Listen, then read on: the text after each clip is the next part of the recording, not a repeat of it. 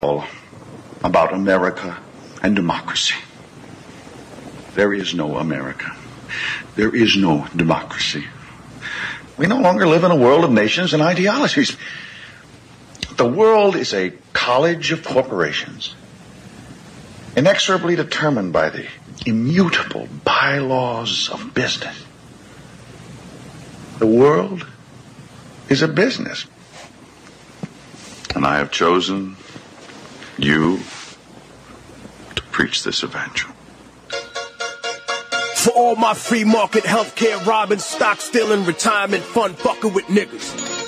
Fuck you little credit card scamming, jewelry stealing, crack selling, liquor store robbing motherfuckers. Shout to the homies, Carnegie, OG, Willie Randolph Hearst, Baruch, Rockefeller, the real Rockefeller, my main bitch Leona, pour out a little Louis XIII, Scott Rothstein, Jack Abramoff, hold your head, my Rothschild niggas, let's get this money. I spend my day peppering America overseas, pension for the workers, nigga please, embezzlement, etiquette, private settlement, I'm better with Confederate rhetoric from my mansion in Connecticut, foreclose of it, close out the tenement, I twist words like a speech impediment, I hope you got good credit, bitch, if not, better get a new job with benefits, while I play golf with niggas to get cheddar with, new money buys brand new carrots, my old money bunch of great grandparents, you got grills in your mouth, I ain't mad at ya, I own every gold mine in South Africa, thanks baby, you made me $1 billion, plus I own a building, for each one of my children's children. Welcome to Voice Rebellion Radio Live here, 9 o'clock Eastern Time. Today's show is, was tentative to say the least on Thursday, when I was out of power down here in Florida. I did not believe, it did not look too good that today's show would occur, and as I was going to be a replay of last week's at first, but however, power was restored Saturday here, and now we're live, and I'm going to be bringing in my guest here in a little bit. We're just doing pretty much a mixed show tonight. It's not going to be any particular topic, just kind of what's going on, some of the stuff that's going on nowadays, and by the way, the host that I'm bringing on today will be this is my first co-host. He was Brandon Gazzara, who was my co-host back on NWO Truth Radio. Him and James James and Penn Relevation. I think it was Vance Shiak is his real name. We're also, that was like the original 3 to Voice of Run Radio, then called Revolution Radio. I guess you could say that Brandon Council kind of, he was the established host and I was the brand new host. I guess you could kind of say that he gave me a little bit of a start, but, perhaps it was, how things are. Maybe one day people say I gave him the start. You know, just kind of joking around here, but, yeah, it's definitely interesting. You know, this goes back to about 4 years ago, really, I think is when we, first had, Brandon Council on my, when Brandon Council and me started Revolution Radio back then. So it's been a little bit of time, and it's been a minute. Let's see.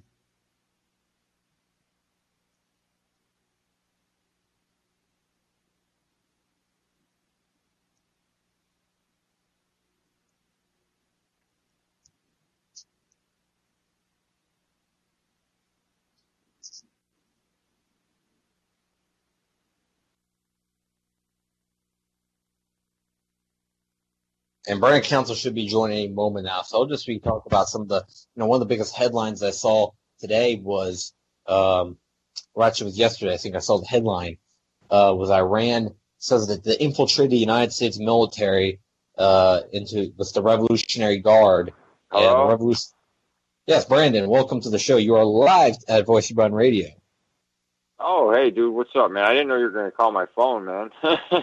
Yeah, I got the Skype subscription, so I can pretty much call anyone with cool. that. But yeah, welcome to the show, man. And tonight we're just doing pretty much a mixed show, talk about all kinds of current events and all that stuff. But one of the biggest headlines I saw was some pretty crazy shit. Is that the Iran says that the Revolutionary Guard infiltrated the United States military It has uncovered evidence. I mean, this is not really anything that no one that's paying attention doesn't know, but Talk about the Iranian.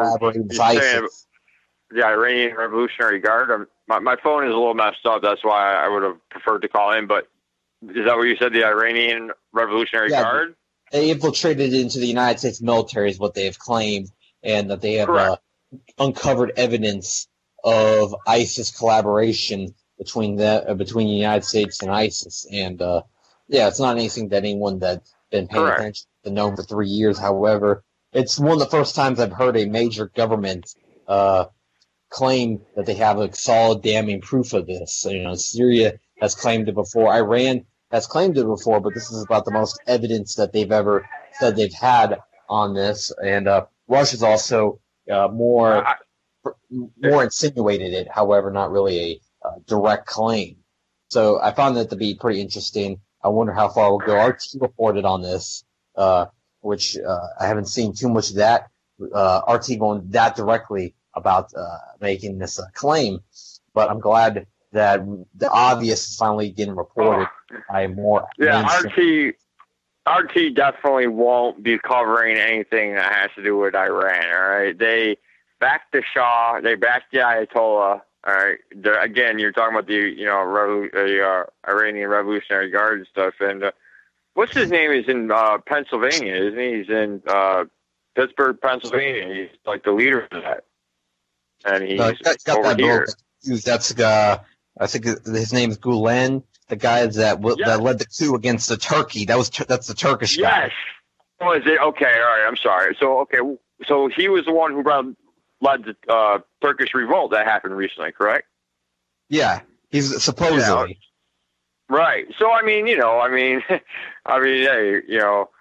whether we got the Iranian Revolutionary Guard, some of their mottos and standards flowing through our military, I'm sure that we do. But again, look at that, dude. Somebody sitting in Pennsylvania literally almost overthrew the Turkish government.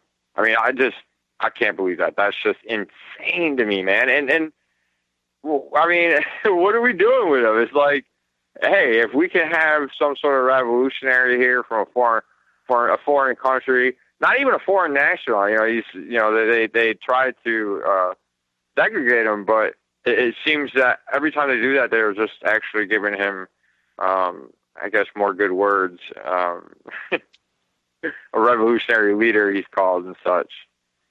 That's what Turkey's a little bit different situation in Iran, but the Iranian regime, they're backed by Russia. Turkish regime's backed by America, but Erdogan kind of drawn the ire of the United States government and the CIA and stuff recently because they believed he might have been getting too cozy with Russia. So I think they did that coup to scare him.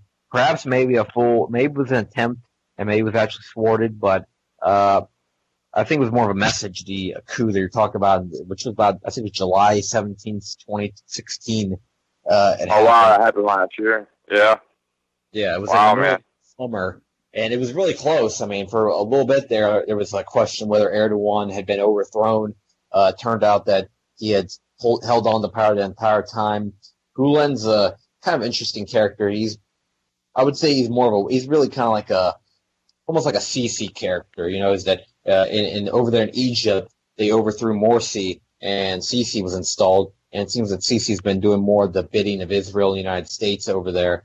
He's kind of like it was an American tool replacing another American tool who replaced another American tool. Started with Jimmy Carter, It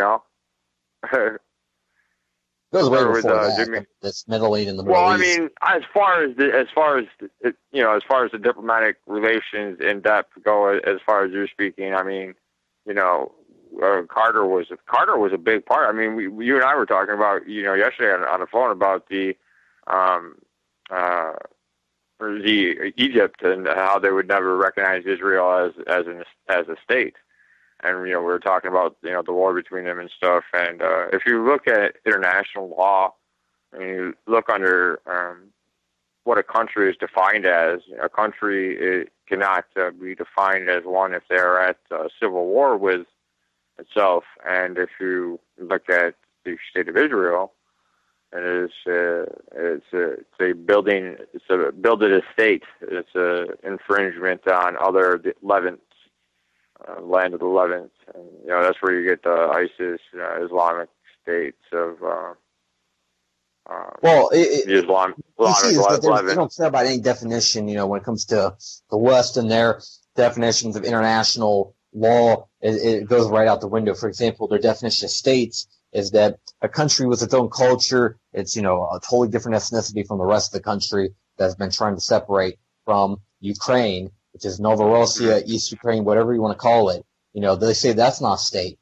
But however, a country that has no culture, no history, practically, and that would be Kosovo, they allowed to become a state in 2008. No questions from the United States, no angry statements from the United States State Department. But when 2014, they say it's a Russian plot. They say this is the Russians meddling in Ukrainian affairs with the East Ukrainian revolt.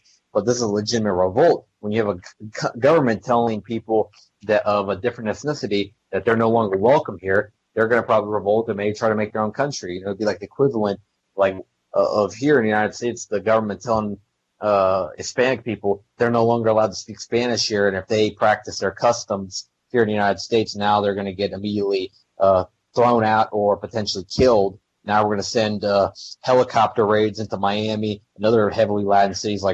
That's what they're pretty much doing in West Ukraine, bombing.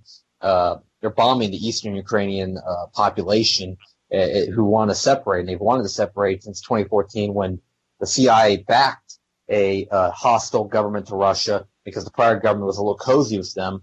They got rid of Yankovych and replaced him with Poroshenko, who is pretty much just like a billionaire oligarch that's been appointed by the powers that be to now run Ukraine in this quasi-government that's in charge there, which is not even the Western bloc of Ukraine, or what is it, Kiev? Am I saying that correctly? Western Ukraine, correct? Yeah, Western Ukraine is what is now, this is the government's, they're under the control of the Kiev government. They're under control of the Euromaidan government. They're the ones that are right. In Eastern. Correct. That's us. That's us right there. That's us all day. And Eastern Ukrainians are still attempting to, like you were saying, a culture that is, again. I mean, I don't even know. I don't know where to start with that because I do understand that if you look at the history of Russia, you will see the point in which the Slavs and Ukrainians had split off and had developed a different dialect, almost the same essential language, just different dialect. I forget what they call it, the little letters that they do, but it's different than, my point is that it's different than High Russian dialect. Well, they all use Cyrillic alphabet. That's that's like a universal alphabet system that they use in Eastern Europe, not just in Russia, but in Ukraine, Serbia. I believe they use both. Bulgaria. Most of Eastern Europe uses Cyrillic, which is pretty much like a combination of. For someone that's tried to learn Russian, it's interesting because it's okay, cool, we got some of the same letters. Wait a minute, they don't make the same sounds. Okay, that's a little complicated. And wait a minute, why are you throwing a pi symbol as makes an L sound? Or what's this little TIE fighter thing doing here? All of a sudden it's what is this, a Theta symbol? What is this now, a frat house we're looking at? Look at what's this backwards E looking thing? All of a sudden it's they got 40 characters in the Russian alphabet. It's very hard for people, that English is their first language to learn. I would say it's one of the hardest languages. I think it's harder than English to learn just in general for people that are outside of it. But it's interesting. It's very old.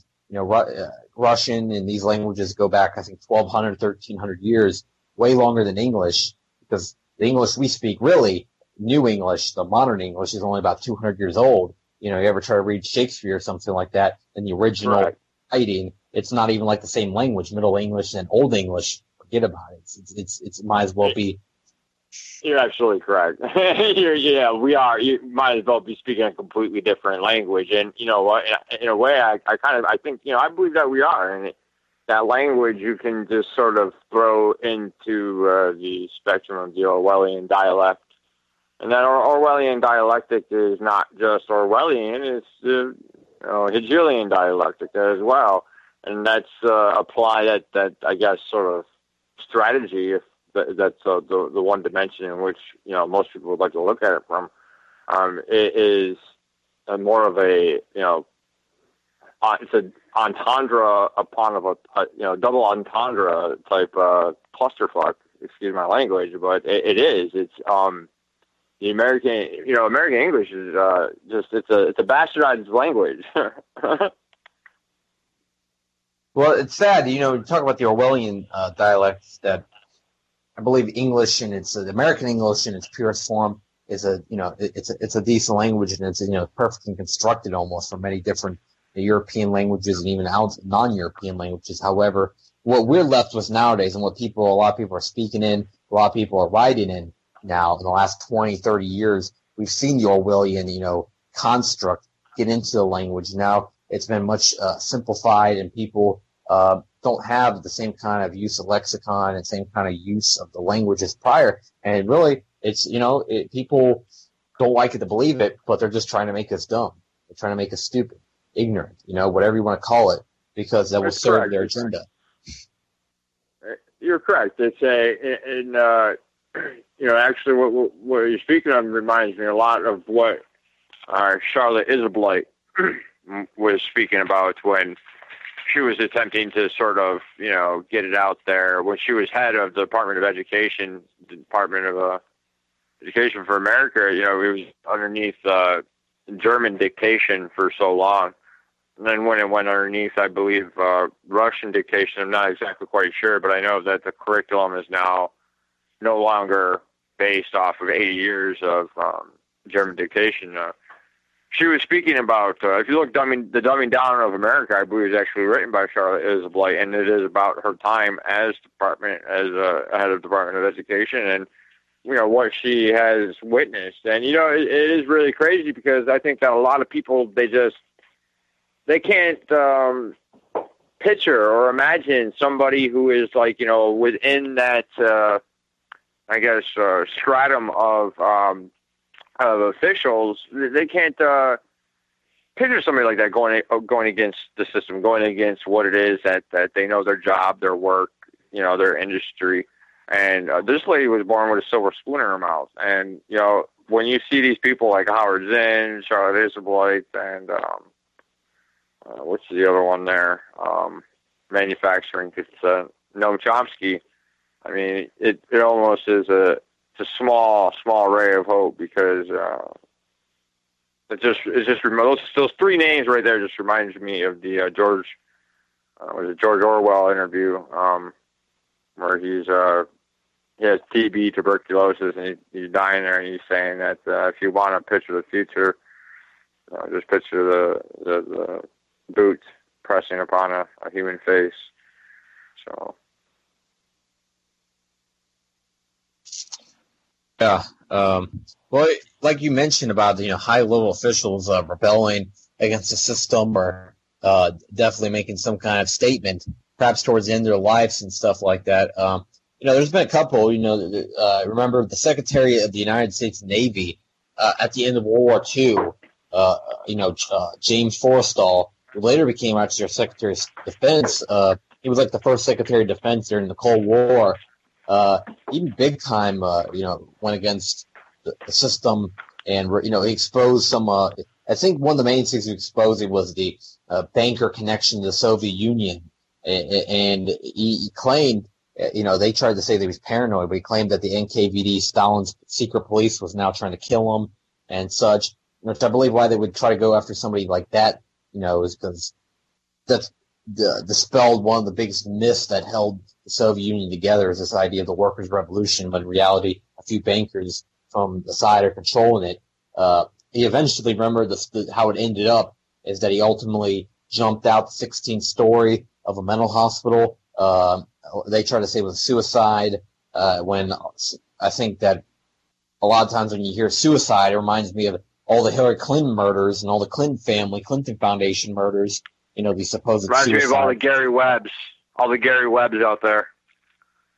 Gary Webb, he shot himself twice in the back of the head, that kind of stuff. I almost feel like they make it obvious that they killed him, but not too obvious. They don't just say, "Oh yeah, we killed him," but they say, "Oh yeah, he shot himself twice in the back of the head." It's like a warning to people that are any bit, enlightened to what's going on. It's like, oh yeah, if you want to be like next Gary Webb, well, you can end up, killing yourself too. Ultimately, it's an assassination.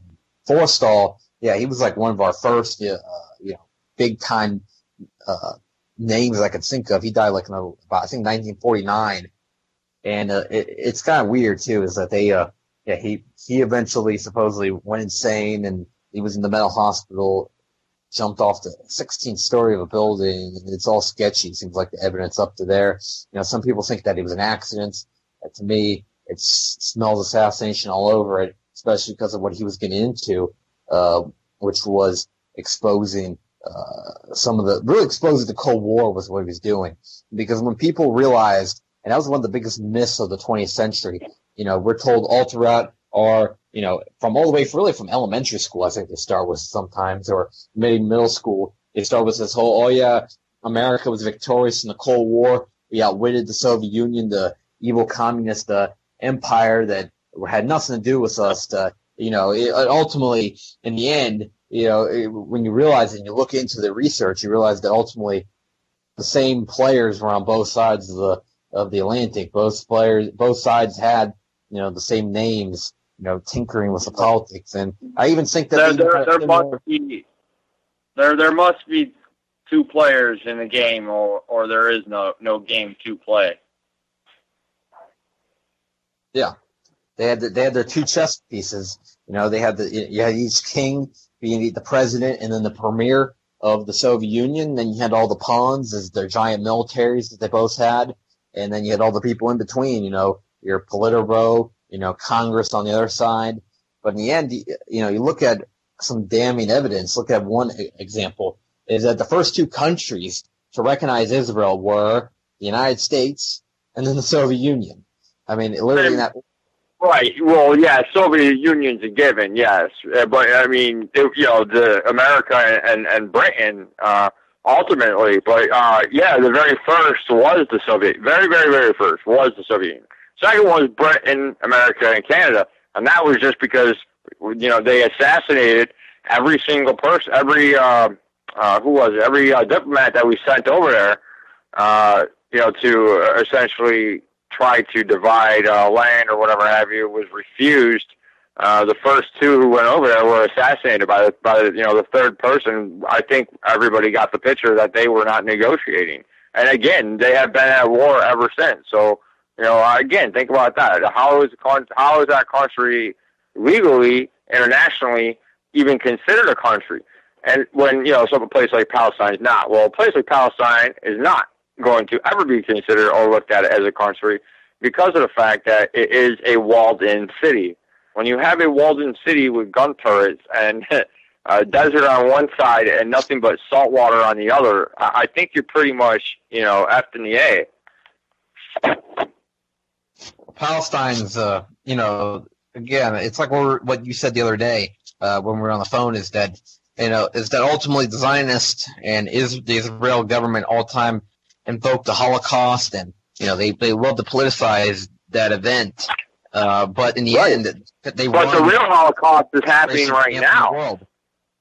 The real genocide, the real Jews, the true Jews, the Semitic people, whom we believe were written about in textbooks to once be exterminated by the Nazi regime, are now being exterminated by the successors of that Nazi regime. We have to remember that if you look at the Israelis and Arabs that fought in World War II, they did not fight for the Allies. They fought as the Fez, and they fought underneath Hitler. They did not fight for the Allies. Well, I believe one of the groups that founded the IDF actually did fight. Was against the Allies in the war. What was the name of it? I think it was Lahai or something like that. Lahai. Yeah, correct. You are correct. Lahai. Yep. That's a good one, man. That was a good call. Yeah, the Lehigh, they were actually openly opposed to the Allies and Britain due to their, they said because of their imperialism over the area, and they believed they wanted their national sovereignty from Britain, so they took that stance openly, ultimately ignoring it. Was really a cover to try to kind of hide the Nazi Zionist connection that really existed. The people nowadays, it's funny if you look into openly known documents. It's not even a conspiracy theory that the Nazis and Zionists had a decent level of collaboration. Remember when that Labor MP Ken Livingstone exposed that about the Havar Agreement that happened in 1933? He got in big trouble over there, and I think he actually got suspended or something from the Labour Party over there in the UK. It shows how touchy and sensitive these subjects are. And, the Israeli lobby, a lot of people talk about how they have a grip over the American government, over the American people. But it goes even further than that, unfortunately. It goes all the way. Well, every single senator, every single person sitting on the Capitol Hill. Yeah, every single senaner and probably every single congressman at this point. It's yeah, people, yeah. And again, you're right. It's a touchy subject, but come on, people. I mean, seriously, dude. All you have to do is look at what is it that I am called, or what is it that my friend or Mary or Joe or Jane, what is it that they are called? What happens when they attempt to question or criticize? I don't even think that that people can say, what is it that they? I think what happens to them when they question the Jewish agenda? What happens? Well, exactly right. Exactly. As soon as you question any authority or anything that's against the grain, it's automatically an ad hominem that is thrown out there against you. And if anybody knows dictation, anything about rhetoric, as soon as that first ad hominem is thrown out there, argument's over with. Person lost. There's nothing to argue about because there's some other violent physical agenda of oppression that is attempting to be fulfilled here. So again, if you look at that, that whole spectrum, I mean, people like to sugarcoat it with Zionist agenda and all that other stuff, but look at it, anti-Semitic, they would call me. They would probably call you as well, Chris, anti-Semitic, just for saying Zionist. You know what I mean? And it's not Zionist. It's these white people, okay, who originate from the area of south of Russia around Georgia, which are Khazarians, okay, and other Germans, German, how do you say, German mutts, German mixes of different races, okay, that occupied the Levant. They fled during the time between World War I and World War II, and the places in which they occupied was, if you look on a map, Georgia, southern Georgia.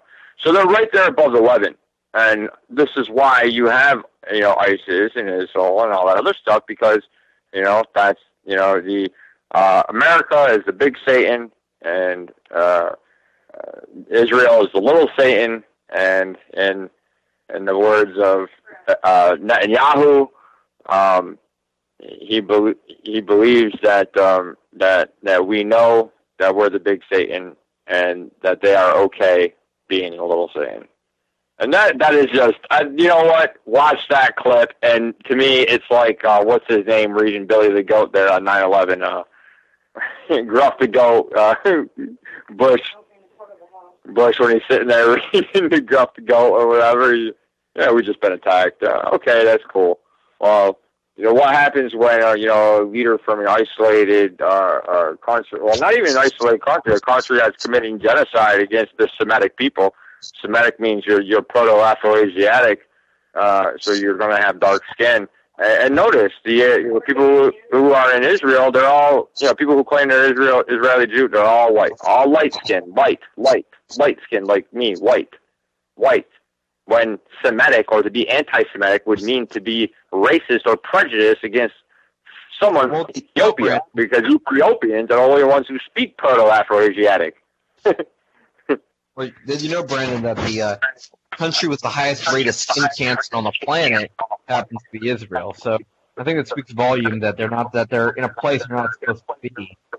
These people are from Europe, Southern Europe into the Central Europe area, and ultimately they're down in places where people are much tanner.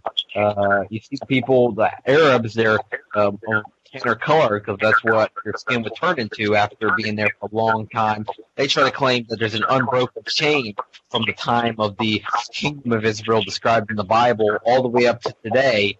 And ultimately, just for skin alone doesn't match that.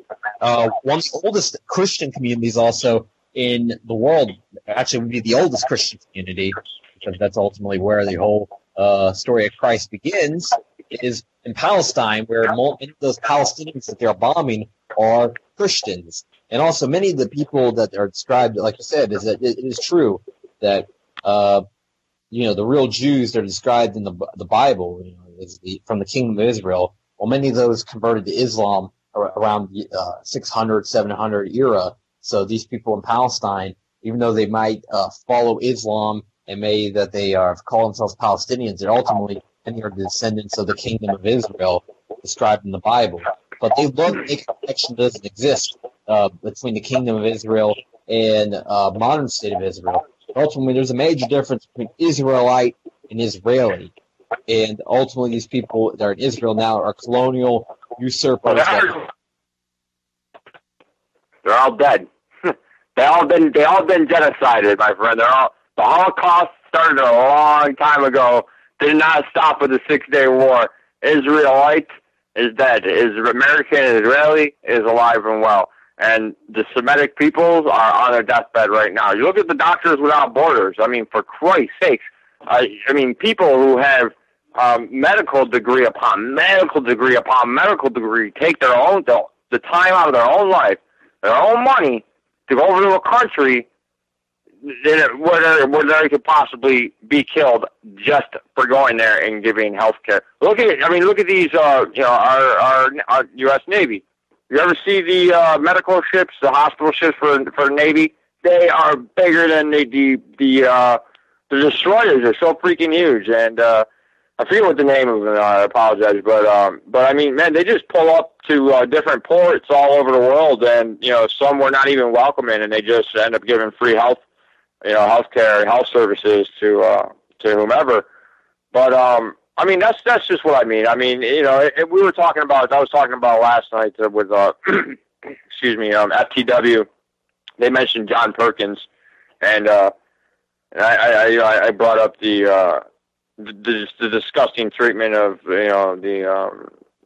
Honduras and so forth. So I think that American and Jewish hegemony, if that's what you like to call it, is pretty much dead set and ingrained. And anybody who would like to look at what it is that we are as far as pertaining to race, that is automatically perceived as pejorative. Therefore, being a white American or being somebody who is from America, light-skinned, I am not allowed to have any culture. I am not allowed to have any opinion on race. I have been banished to the back. I am now the minority. So, because I am the minority, I will now speak out about it. Yeah. It's this whole politically correct culture. Yeah, it ultimately, it seems that if you have any opinions you write about any kind of racial aspects or anything of that nature, ultimately your opinion's not going to be taken very seriously. And I think that a lot of that, it's funny. It's weird how people that scream very loud about fascism here in America and such. What I mean by that is social justice warriors who are defending Donald Trump, against Donald Trump. But how much are they defending him, though, really? I mean, let me tell you something, brother. Against Donald Trump. These people, if Donald Trump really had as many supporters as he did, bro, that wall would have been not only been built on Mexico, border of Mexico, but we would have shut Canada out, too. It would have been some South Park episode. You know that if, you know what I mean? These puppets and chiefs are absolutely ridiculous. Like, that's, I know a lot of people are like, it would be great if he would do this, if he would do that. And I agree with you, though. I do think that he does have a large following in terms of the idealisms and his mannerisms. But you know what? That is the MTV Simpson generation, my friend. That is what happens when you are a product of the 90s. Well, I'll say is that there's a lot of people that are screaming very loud against him, but they're so, they've only woken up to the system. They haven't woken up to the system. They believe that everything got fucked up with Trump being elected, but they won't say anything about Israel or anything like that. Like I've seen some of the rallies where they're protesting Trump, but they have Israeli flags, ultimately supporting one side, one form of fascism while calling very loud against the others. But yes, you're right. There's also the flip side, like a conservative version of social justice warriors. They get all triggered every time you make any kind of joke about Trump or anything like that. And ultimately, anything that he does, it's like what he said in that one speech is that he could shoot someone in the middle of Central or Fifth Avenue and he wouldn't lose any voters. A lot of his supporters are that attached to the Donald. Ultimately, what we've seen is just a total meltdown of American political opinion, where now ultimately people are one extreme or another, really, when it comes to all revolving around Trump. Either people love him or hate him, and a lot of the political scene now has been reduced to that. People are more lost than perhaps ever when it comes to what's going on in the world affairs and what's going on outside of the mainstream media. People are, they either watch Fox News or MSNBC hardcore, it seems like nowadays, and maybe CNN as well. And ultimately you have these two sides, like the social justice warriors and the alt-right. They're clashing at each other. Ultimately are both constructs of the bankers and the elite. And the Jew media, Talmud Wood. Because if you look at who owns it, you get right down to it. The agenda, the left, right, the alt and the conservative, the liberal version. I know what you mean. MSNBC, liberal, Democrat, all the way. Fox, maybe I got it wrong. Maybe it's the other way around.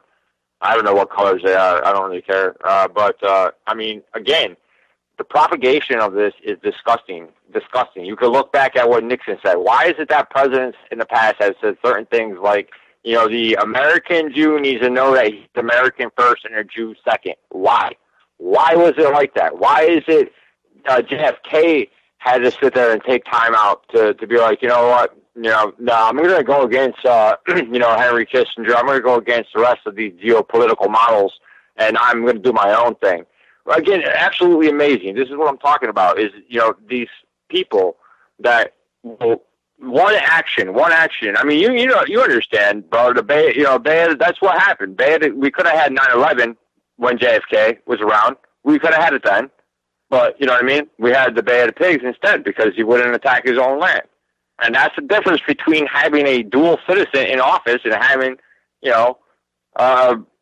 red-blooded American. That's it. Plain and simple. It's disgusting. Disgusting, the media. I cannot stand it. I can't even watch the news anymore, bro. I'd rather just listen to your show every week. Yeah, I pay attention just because I like to see what the enemies are transmitting to the public. It's like that's what's great about watching CNN or something like that. It's like the enemy transmission. Fox know the enemy. That's a good Sun C. There you go. There's some art of war for you right there, man. That's good. But yeah, man, that's what everybody should be doing, man. That's what it should be doing. But you know what? They're getting very slowly and very slow doses of thimerosal and Splenda and everything else, that they ingest and or have injected into them when they go to the doctor. So, I mean, it's a suicide agenda, and I would have to say that if you're not conscious about it, then you're completely complicit. And in my book, if you have time to argue about whether or not you understand, what the difference between race, culture, and a human fucking being is, then I wouldn't have time for that anyways, you know what I mean? And that's where I see a lot of people are at now, man. It's the same thing. I think it's like that 30-year rut or something, that countries will get in. It seems very stagnant, like since 1975, since the end of, the Vietnam War. It seems like that same attitude, like the attitude that we've had towards the vets that came home then. You know what I mean? After the church committee concluded, 1975, realized, all right, well, we can't keep on. We have to reinforce the Smith-Munns Act, Smith-Munns Law, which was reduced to an act in 2013. But we also have to control the media. We have to make sure that we understand what it is that our public is seeing. Because, look, dude, as soon as, what's his name? He's doing a special tonight on PBS about it. There's a documentary probably already on, but a documentary about the Vietnam War on PBS. I forget his name, but all the Vietnam documentaries that you see that are just straight up legit are usually about one person. Again, forgive me for forgetting his name, but I mean that is the light in the narrative in which we're going to be shown the war. Like you were saying something earlier about like the Cold War and shit like that. Like when I was in school, dude, we never learned that shit, man. We never went through that. I couldn't believe it. You know what I mean? I can't believe it. How, you know, if we don't educate ourselves, if we don't think for ourselves, and who's going to do it for us? Nobody. Nobody's going to think for us. Nobody's going to tie your shoe, you know? Well, I was in well, a lot of that Cold War education in quotations that I received would have been in the AP course. That was like a college level history course that was in high school. Yeah, I think the average high schooler though, they do learn about the Cold War, but it's again very limited. It's pretty much all kind of a similar thing, is that ultimately just more in depth in the college level and the high school level. They're pretty much just the basics, is that we were the good guys, they were the bad guys. They were trying to take over the world, and we were just trying to keep democracy. Vietnam was the Soviet Union trying to attack innocent Vietnamese, that kind of thing. Blame it all on the Soviet Union for Vietnam. Other basics are probably blame Korea on the Soviet Union or communism. Ultimately a lot of that, while not talk about our side and not talk about who controls our government. And also, when it comes to JFK and stuff like that, I think JFK, they didn't really, it's funny is that the ones that have stood up against the system are presidents in the past that have, like Andrew Jackson, JFK, they lashed out them pretty heavily, especially Andrew Jackson. It's funny is that, it seems like what makes me question is that for how long have they, ignored what happened to the Native Americans, but now they try to pin a lot of that on Andrew Jackson. Since when have they cared about Native Americans? But it seems like they're more mad about they don't want to idolize in any sort of classroom setting a man that took 2 assassination attempts because of what he was trying to do and trying to save us from a Federal Reserve style bank in the 1820s and I think 1830s. He came in like 1828, I like to say. But Andrew Jackson, actually, during his presidency, it was the only time we've ever had a surplus, a total surplus in our, in our economy. We've been in debt every other time, and some people mistake, say, well, Bill Clinton was only a surplus in the budget. For 1 year, we actually reduced the debt a little bit. However, it was not like Andrew Jackson, where we actually had no debt during his presidency at one point, and we were totally not relying on anybody. However, his predecessor, I believe it was Quincy Adams, tried to install the second Central Bank of America, and he got rid of it. They tried to say also in the history class that it was responsible for economic woe, that because of the central bank being, I don't even know if to use the term central bank, but because of the said bank being, it was a decentralized monopoly, or a decentralized bank, unregulated monopoly. Yeah, go ahead. I'm sorry. Like I said, is that what I should ultimately be getting at is that they have more. Ultimately, it's sad that even for some of the more brighter minds in this country, they're going to be subject. They most likely will fall for the conditioning of the establishment and the people behind it, because they have all the way from your low-level remedial type education setting to all the way up to the very smartest, ultimately going to be brainwashed into believing, when it comes to social studies especially, and sciences a lot of times, to believe in many falsehoods and lies. As how many times I remember, this very smart kid, but he tried to tell me back in high school, he was in like the medical program at our high school, he was trying to tell me that fluoride wasn't bad for me, and fluoride, he feels bad for anybody who thinks fluoride's bad for you. I'm like, dude, they have to literally put it in special containers because it's so fucking corrosive. Hydrofluorosilicic acid, yeah. That's what the containers are, yep. Hydrofluorosilicic acid, yep. Yeah, acid sounds real great with your teeth. Oh, but you know what? If you're an orthopedic surgeon, guess what?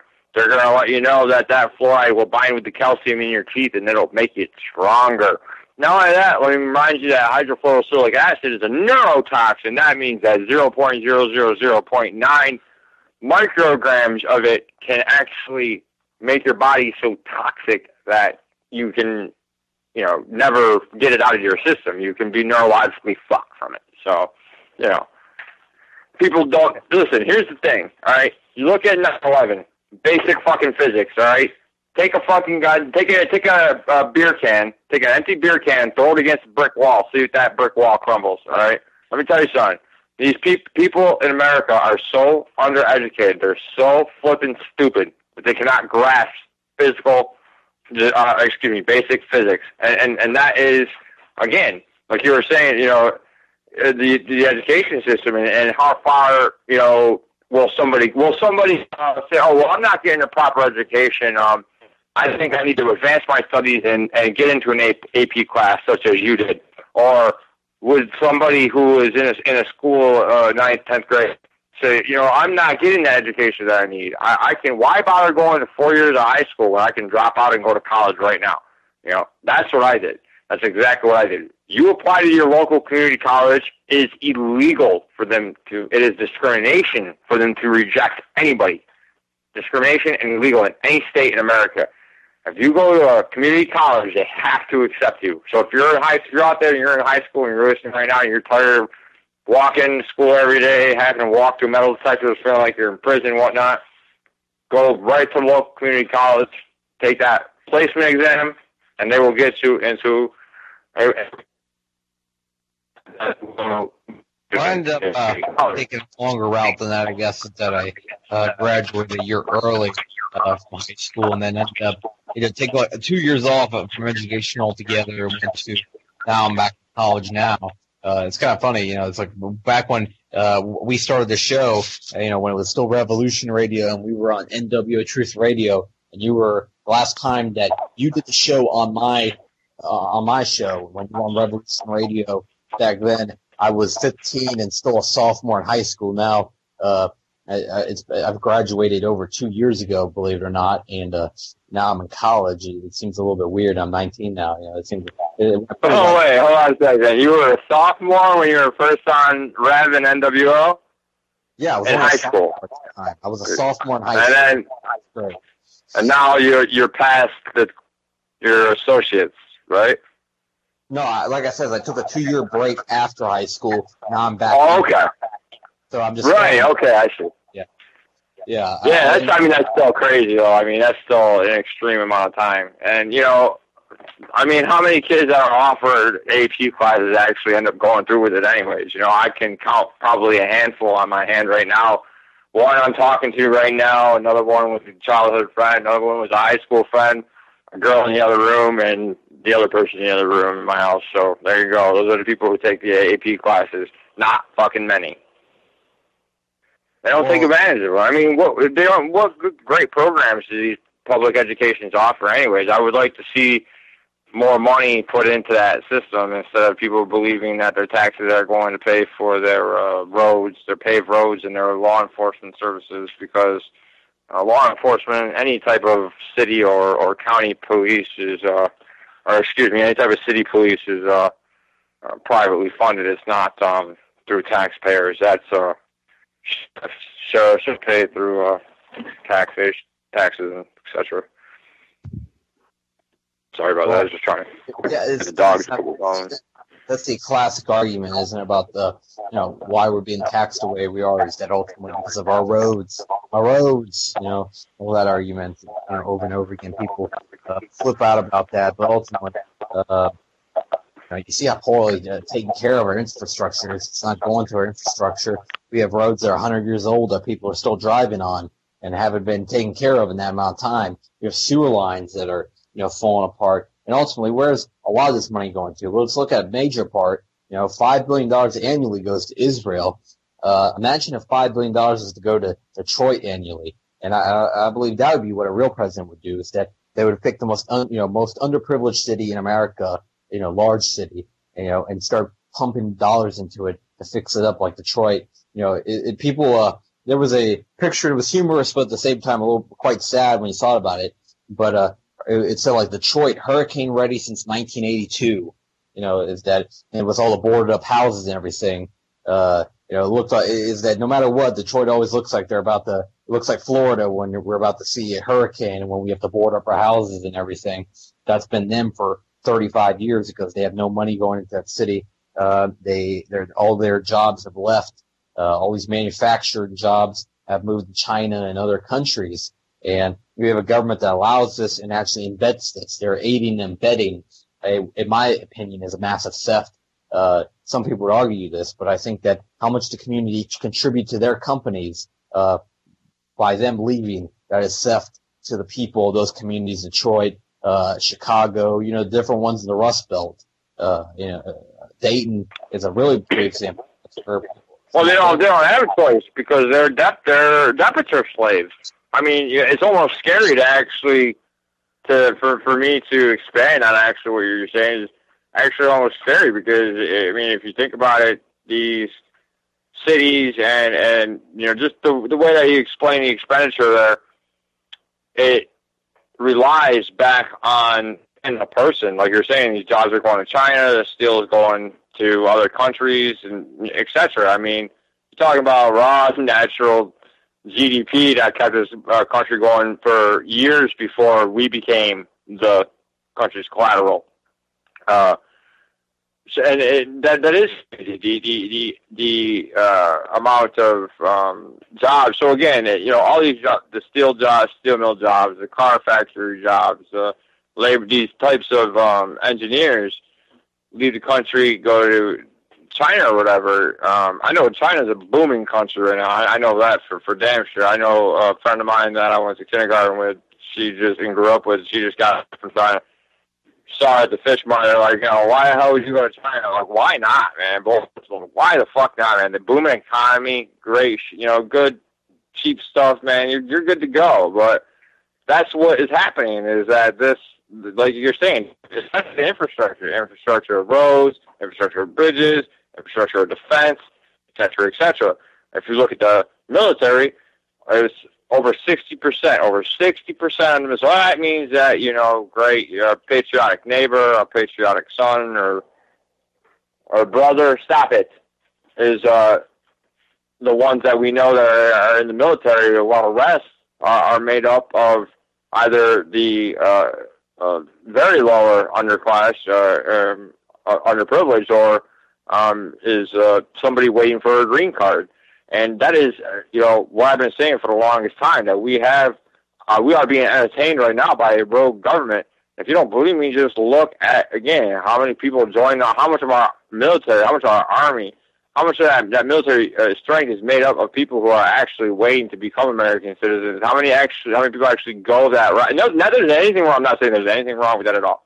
You know what I mean? I'm not somebody who says that, these, you can't jump the fence or whatever. I don't give a shit. I'd give somebody a hand right on over if they wanted. It has no bearing on me, but what I'm saying is that narrative has a lot of bearing on people's mind and whether or not they're being socially, politically, or safe for work type of responsible person in the everyday life, rather than being like, hey, why is it? What happened? What would happen if all the stores in town left?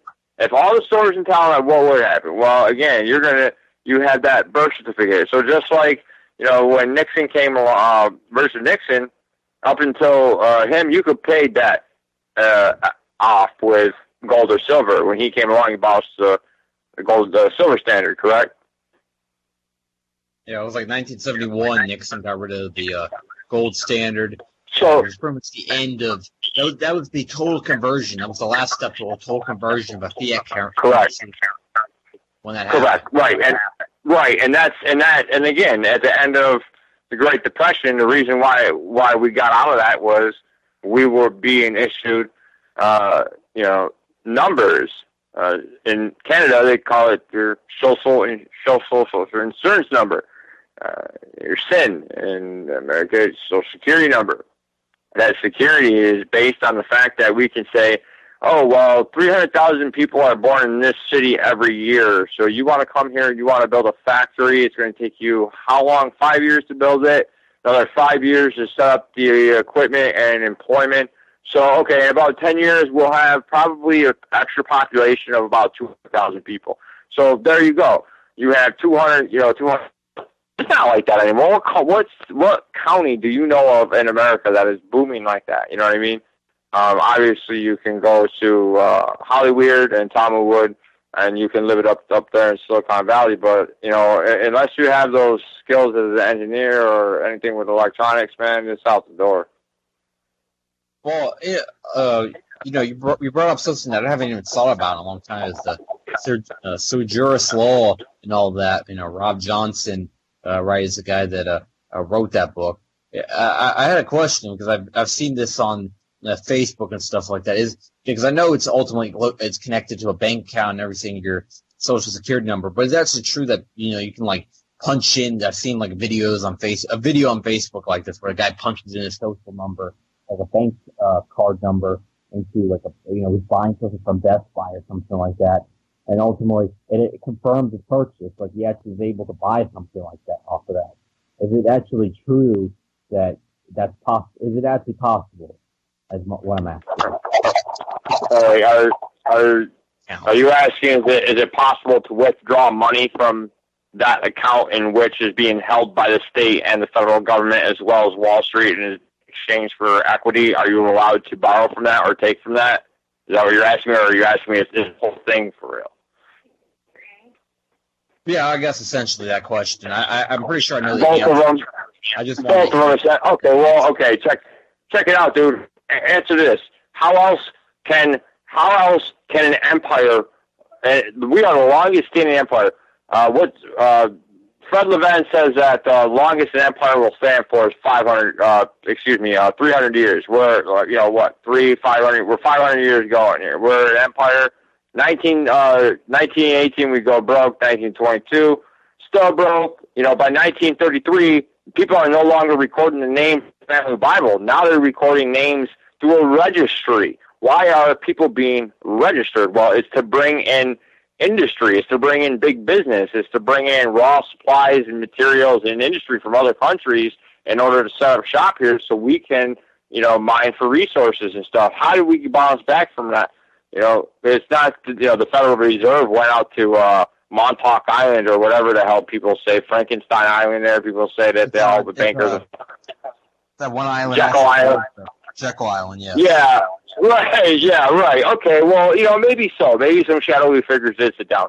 But mathematically and financially, okay, when you sit down and do it, that is how we maintain, that is how we bounced back from the Depression. Otherwise, we would be beyond a third world country right now. We'd probably be a second world country. We'd probably be just bouncing back or something. The way technology is nowadays. But yes, it is true that you can not borrow against that. You can receive or take from that account because it is a equity of transaction it's a financial equity which is being traded for financial transactions across seas, you don't know what it is. I know one person had his with the United States military was being traded for $400 million. No lie, dude. No lie. This is why you can go down to your local federal building right now and you can apply for Social Security. You don't gotta be 65 to get that shit. Yeah, but would you suggest that actually? Couldn't that get someone? I would think would get you in a lot of trouble. I mean, that's my. What? What would get you in trouble? What do you mean? Yeah, retain money from that? If you did it illegally, absolutely, you could get in trouble for taking out money. That is the equity in which you are. The government is. I mean, otherwise it's not worth it. I mean, let's put it this way: if they were giving people any more than, let's say, $800 to $1,200 a month, Social Security to live off, if they're any more than that, dude, you can forget it. It's going to be what do they call it? A coin. It'll be like that movie. What's that movie where everybody goes crazy once a year? It'd be like that. Everybody go nuts. Everybody kill each other. I don't know, but yeah, you can retain the equity off that. You are allowed to do that. And again, the best and most legal and responsible way that I know of doing that would just be to apply for it. That's it. And some people are refused, and I have no idea why. It could be because most of the time when people are, say you're 30, 40 years old, you can't go to work anymore, whatever have you. You never worked a day in your life, whatever the situation. You want to see if you can get that money that is being traded underneath your, it's called certificate of live registration or certificate of live birth. If you wanted to go ahead and get that, and you couldn't, they would tell you, they will say to you to reapply, and the reason why is because it is very possible that money is that stock or that bond is in transaction at that moment in time. So, but how you can, whether or not you can determine or locate where the whole sum of that money is being traded, I don't believe that that's possible. I don't believe it's possible, though, not because, we're not elites or anything. I just don't think it's possible because I think that they split that equity up into different, I think, with that debenture, I think they split it up into different types of fundings or, different financial instruments that they use with that. You know what I mean? Well, it's eluding me. There's like 3 different bank accounts that are connected to your Social Security, right? There's like the ones at the Bank of New York, I believe, Bank of London. I don't know if you know that. Okay, well, when you're right, well, okay. Here's what happens. When you're born, what happens is there's a certificate of registration that's filled out. Your parents usually fill it out or whatever have you, and in return of that registration, so you're registering a child. You're saying, the state can go ahead. If I'm indigent in any way, the state may go ahead and take over registration. May retain habeas corpus over this registration if I become indigent. All right, that's what happens. That's why people are allowed. This is why kids get taken and shit like that. That's why they're legally allowed to do that. Okay, you have to be sovereign otherwise to not have that, or know a little bit about prejudicial law to get away. Get it out from underneath that grip. But what happens is that birth certificate at the registry becomes a certificate of live birth. That certificate of live birth goes through New York State to get to Wall Street. All right. And the mannerism in which that happens, the transactions and the flow and the way that happens, it's like the Panama Papers, dude. I don't know because there's not enough information or evidence out there to tell me how that money flows. However, I do know that D.C., District of Columbia, is a federal district of London, of the Bank of London. So whatever state you're in, whether you're in New York State, Florida, California, Texas, it does not, well, I don't know about Texas. Texas is a little bit different. but Texas may be different, man. They're their own country in its own state. But Tennessee, Maine, any state you're registered, your certificate of live birth will eventually end up in the London Bank Stock Exchange. So that tells me that if it goes through the state, then obviously the federal government is looking at it or putting their hands on it in some form, way, or fashion. It is being transacted through our federal government, and if that is legal, then that means that it's legal because they are not, in fact, the federal government of America. They are the federal government of the District of Columbia, and they belong to or underneath the thumb of the London banking system. So that's how that goes. Well, I've heard two different things about the District of Columbia. I've heard that they're a sovereign state altogether, and now this is the first time I've heard that they're actually under the state of London, that they're under the... Yeah, they're a corporation. They're not a... Well, any corporation, any entity that defines themselves separate from another entity can call themselves a corporation, they can call themselves a sovereign, they can... anything. But they are under the DC. That's why it's separate. It's different. Like, okay, I'll give you an example, man. Fucking death penalty, 1978, 1984, 1985, 86. New York State, Judge Koch, death penalty type political talk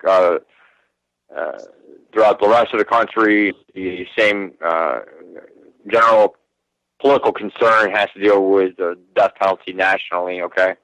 And some states are saying yes, states are saying no, just like the gay marriage thing, okay? What does Texas say? They say, fuck you, we're putting in a fucking Federal Express line, man. You know what I'm saying? They're like, you want to kill you people? Okay, no recidivism? We'll work on coming back. Okay, we'll work on coming back on recidivism. Boom, there you go. You got a EBT Debit Express line, right? Go ahead and kill somebody in Texas. Dude, you go right. They'll put a needle right in your arm. You know what I mean?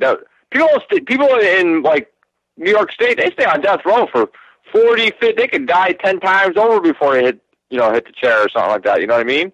You go to Texas, you kill somebody, dude, you're dead in 3 fucking months. Dude, they prosecute you, they put you in jail, and you're done. Yeah, Florida's kind of like in between, but I think we've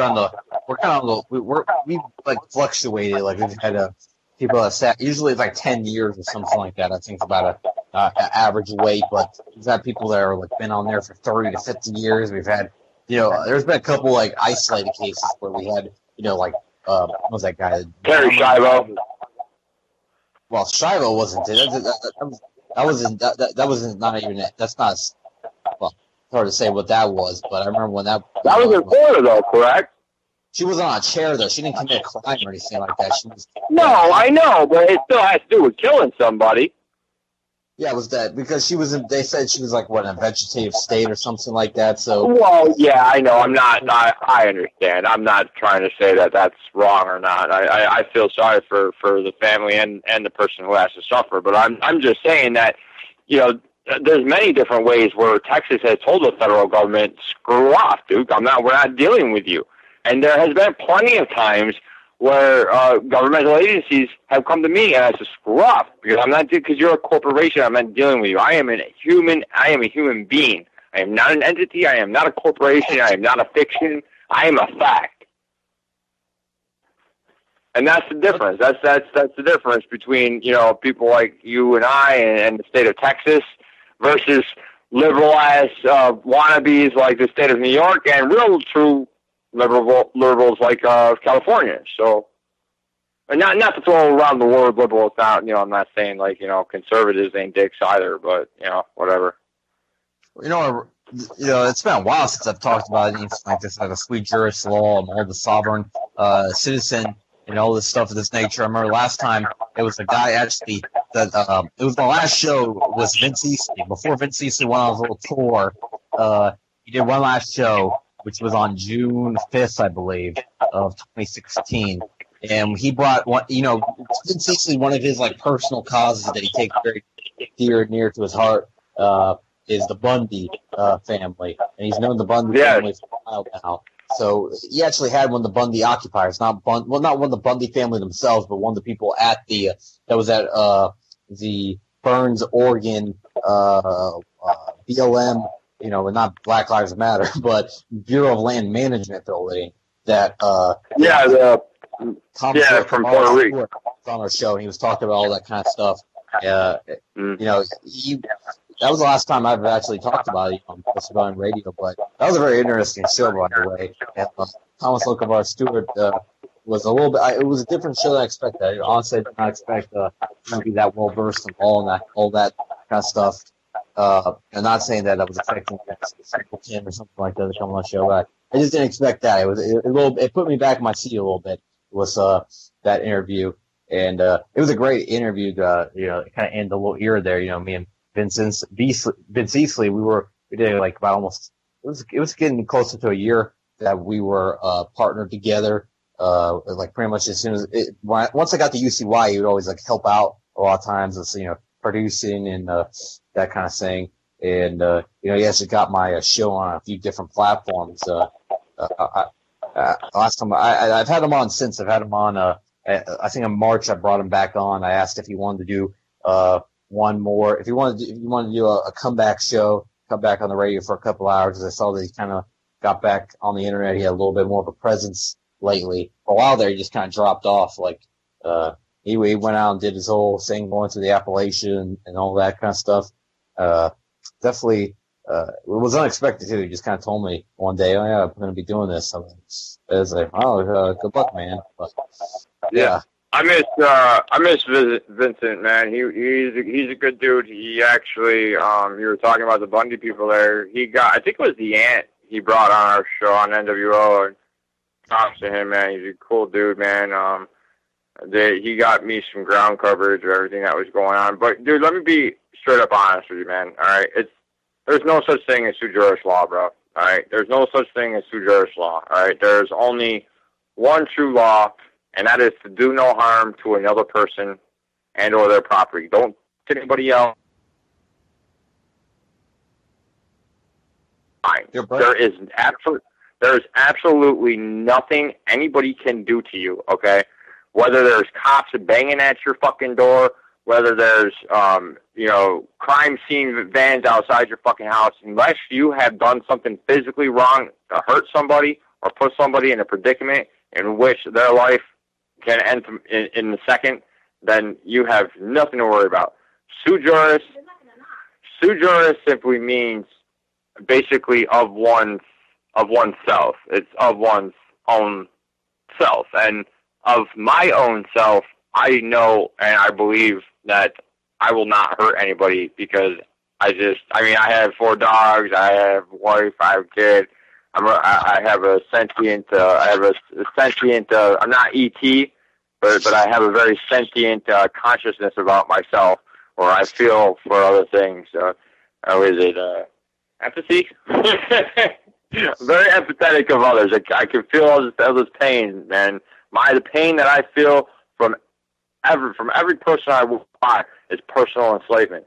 And I'm telling you, man, people think that there's something special about it. Even if you get summoned to court, bro. Even if you get summoned to court. No, family court, I don't care what it is. Family court, traffic court, any of that. But if you have a license, you traffic court, that's a whole other story. You've done that. You've waived your right thus far. You can always retain it again in order to travel freely without being interrupted. But if you have a driver's license and you do have tickets, I would suggest, you take care of that. Real quick, resend the license, and then you can go ahead underneath free travel once again. And I would suggest if you have a car to do, and you do drive a lot, I would suggest non-commercial plates. So when you go to the DMV, you just grab a form, you go back to your house, you fill it out, you request a non-commercial license plate be sent to this address, and you're good to go. No driver's license, no hassle. I tell you another reason why they want you to get the driver's license, man, because, after 9/11, man, like my uncle was telling me this the other day, he was like, after 9/11 and shit, they knew I was buying cigarettes. I said, well, what the fuck you mean? He's like, well, every time you go buy a pack of cigarettes, they scan your license. I said, yeah. He says, well, what do you think they do with that? I said, I don't know, man. They put it on your QVC card or your Costco card or whatever, and they save up the points, and you can buy 5. No, man, what it's for is they collect this information, data mining. We know this. We should know this through Snowden and WikiLeaks. Great. What's that? I didn't say anything. Oh, I'm sorry. But yeah, we should know it through that. Well, every time we buy a package, if you have a family and you have life insurance and you have somebody to worry about, where if something happens to you, they need to be financially taken care of. Again, And if you're buying cigarettes, if you're a grown adult, you're paying taxes, you're buying cigarettes, you got a car, you got a driver's license, all that shit, you're scanning. That's what happens. It goes right to your insurance company. Your insurance company sees you're buying cigarettes, and your premiums will go right up. Yeah, but how do they obtain this information from, let's say, you show the ID to the clerk when you're in a convenience store? So are you telling me that they're notifying? Because if you're paying cash, that would mean the clerk would have to notify said agency. No, because what happens is when even if you pay cash, if you pay plastic, if you do everything in plastic, you're already all set. You guys you're in the people out there. You got plastics and stuff. You're in the system. You're good, man. You're good to go. They will just keep on raising those premiums every year. If you're wondering why your car insurance is going up, it's because you're going to the store 9 o'clock at night and buying a pack of beer, whatever have you. But is what I'm saying is, if you pay cash, they still have to scan your license, okay? When they scan your license, that number goes into the computer. Essentially, is what they do to this. I'm assuming the DMV, because it's a driver's license, will eventually end up selling your information or the metadata that they have collected upon that number, and they will sell it to most likely an insurance company. So again, it's always kind of good to, maybe just, I don't know, man, know what to say, when to say it, and how to be a sociably, a sociably sort of non-compliant but very respectful person. Well, okay, so when this said scanning process happens, usually, a lot of times, if I'm going to, I haven't actually had to show my ID too many times because I'm a good noodle and I don't really buy too many things that you need an ID for. There's a couple of times where, like buying blunts or something like that when I was 18. Nowadays, I have a beard and everything, so rarely do I even get ID'd for stuff. Like I buy scratch off and I don't get ID'd and stuff like that. And I don't, I'm still not old enough to buy beer, so I haven't. Well, hey, I bet you get poker things in your email all the time, don't you? Things for poker sites and stuff, right? Casino slots and stuff, right? In your email, in your spam. I don't think I've gotten too much of that kind of stuff. I got a random email today, something like I was eligible for medical marijuana or something like that. I'm like, no, I'm not. But so I was like thinking, what was I looking up? I must have been looking up like legal weed or something like that on. See, there you go, Chris. Another thing they want you to register for, buddy. Look at that right there, the smoke pot. They want you to register to smoke pot. Why? Because they can make more money by taxing you for it. That's it. They can make more money from taxing. They don't make money off of it being illegal. There's no money in people coming together and say, look, we're putting through a law that is passed. Laws are meant to enforce the rights of the people. Acts and bills infringe upon those rights. Okay? So like the Clean Air Act, that George Bush put out there. What happened? No more smoking. You can't smoke in public places anymore. Again, if you study things, I know you do, but I'm speaking to the audience basically. If you study things like, the pre-politics of like Nazi Germany and stuff, you can see a lot of the sort of social fascism that was happening in Italy and Germany at the time, happening right here, right now in America. So, the metadata, if you really, really, really want to know about, like how they collect that shit and stuff, dude, I could absolutely get you somebody that, would know all about that stuff. Again, the medical marijuana, they can make more money off of it being legal than they can illegal. That's why the government is sending you shit saying, hey, register. There's actually, I'm in upstate New York, the most allegedly liberal place next to California, but actually is not since the Clintons. Oh, yeah, You can't take your dogs to the beach in California. You can take your dogs anywhere. I'm sure in Florida you could probably take your dog down to the beach. So Florida would be more liberal than we are. But New York State, surprises themselves not as conservative, but as liberals. And I tell you something right now, man, we have one grow, not a grow shop, but distribution, one place. So if you have a medical marijuana card, you can go there. But if you go to a state like Oregon or something, where they have those on every corner, reminds me of the South Park episode. What's that? It's recreationally legal in Oregon. That's one difference is that you don't have to have a medical card to smoke in Oregon. Florida was funny that we rolled out medical marijuana about a year ago. They voted yes, and I'm starting to see dispensaries starting to open up, or they're preparing. I already see the signs. It looks like they'll be opening up in a couple months or so. But I saw something kind of creepy was in the south side, in the rough part of town.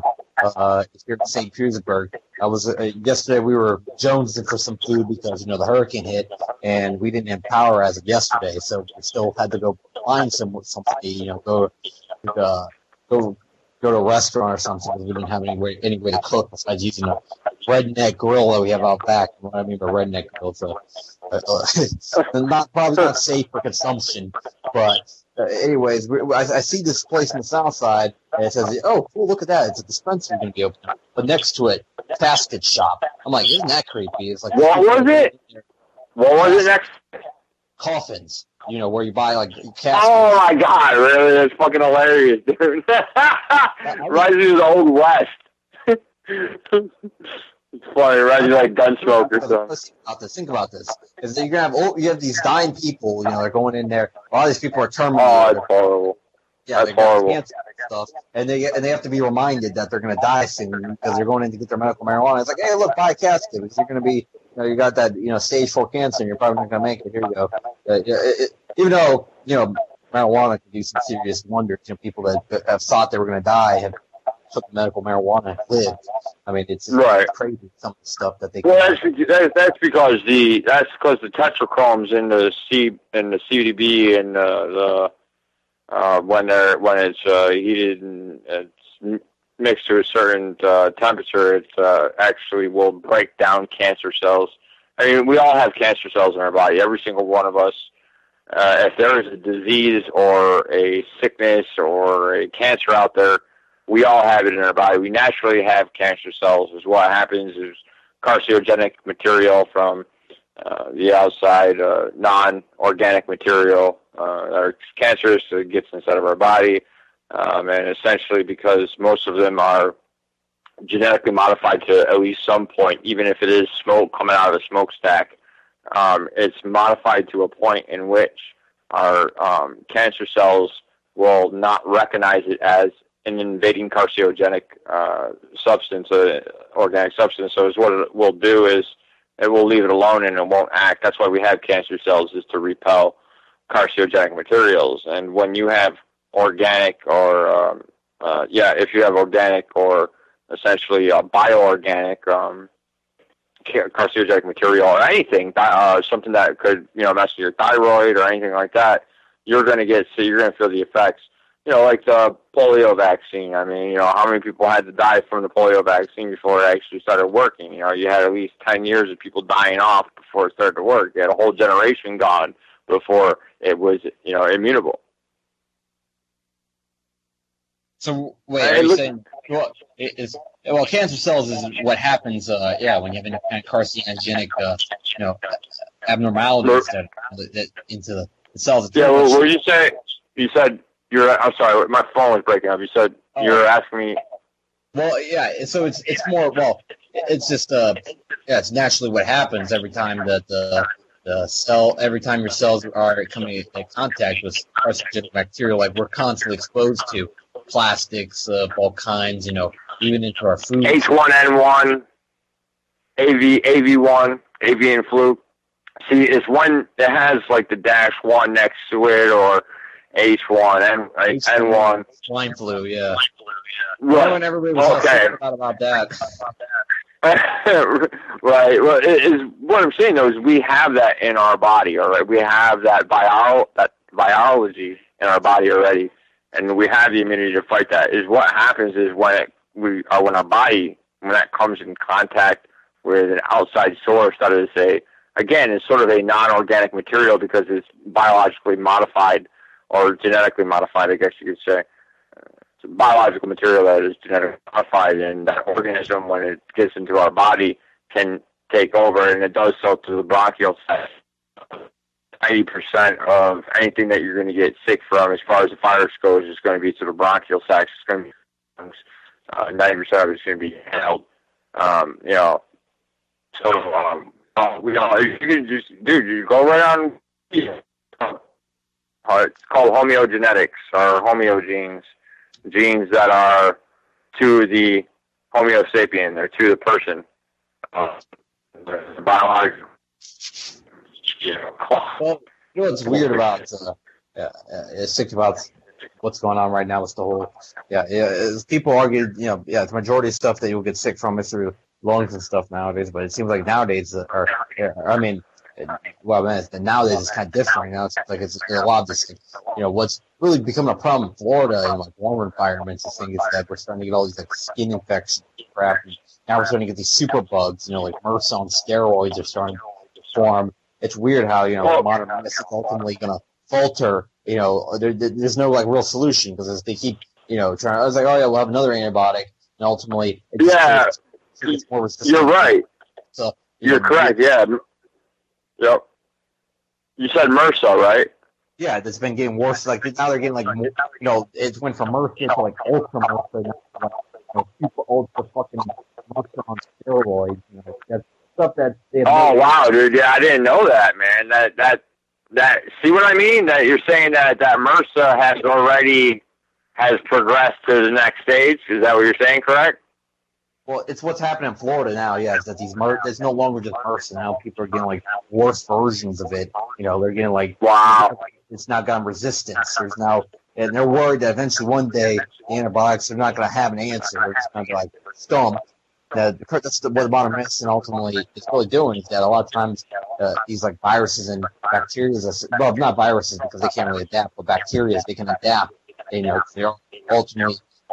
they have a nucleus. They are, you know, in a way, thinking organisms. They're alive. They adapt to a hostile conditions. Viruses are different. Same thing with the viruses.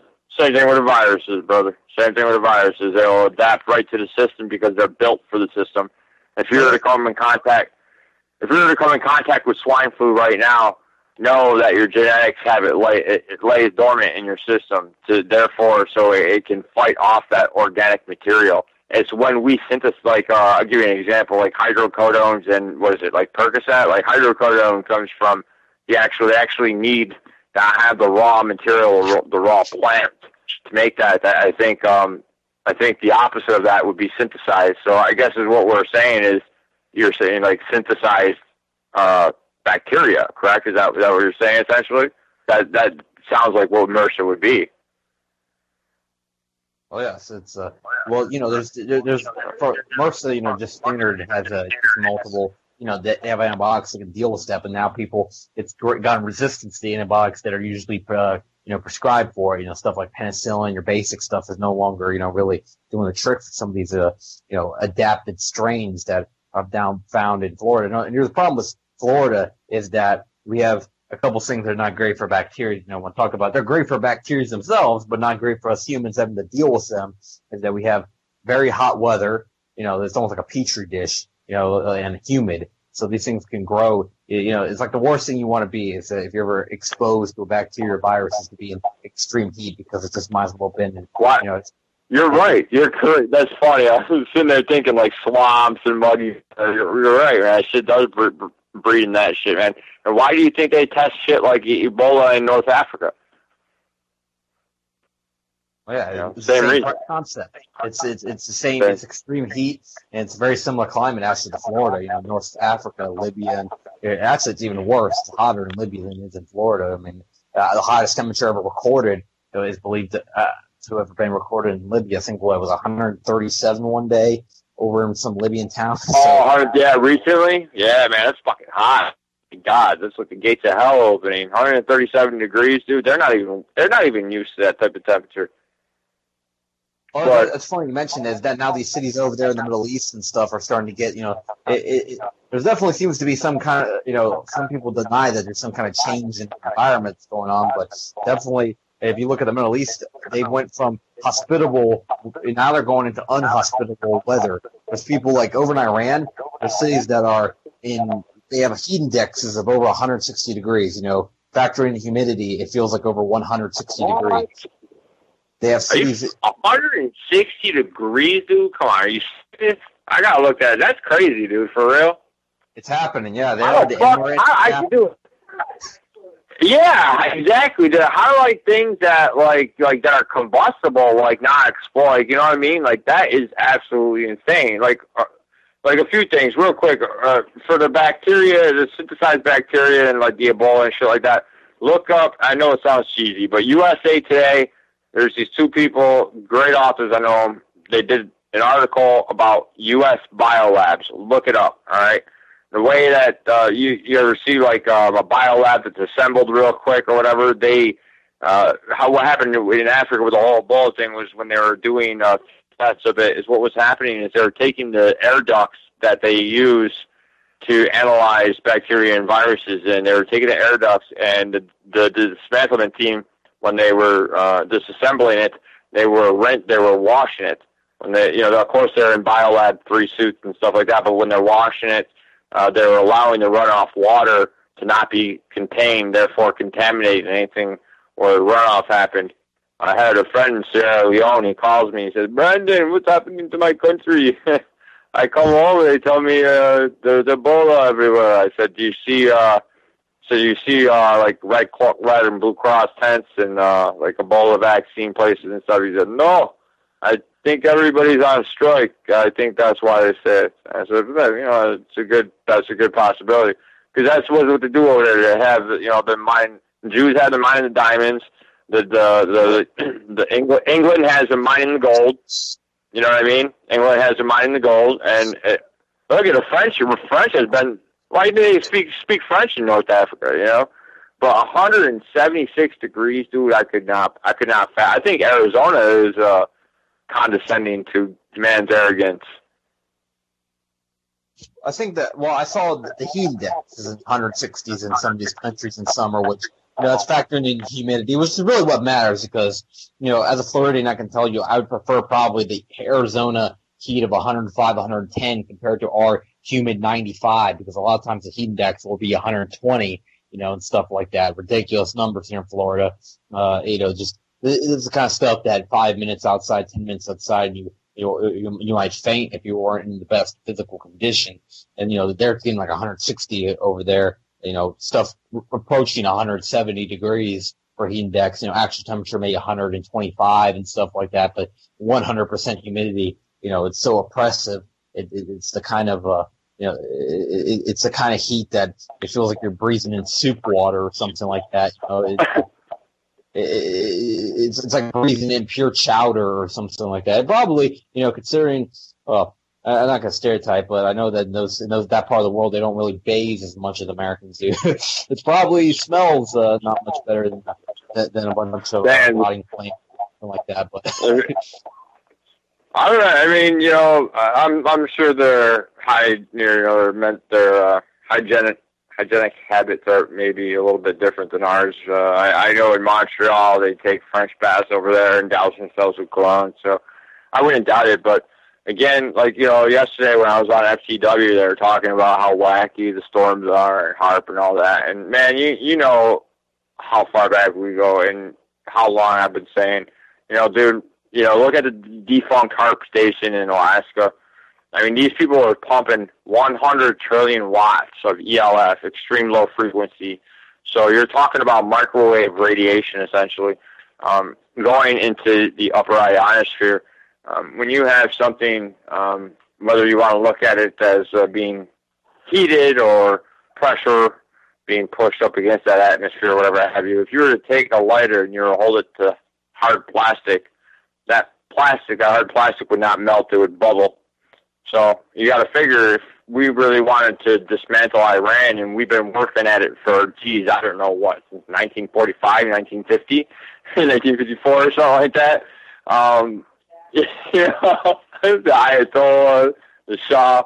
But yeah, I mean, if we really wanted to really dismantle a country, look what happened when Japan, with the earthquakes in 2011 with Japan there. Yeah.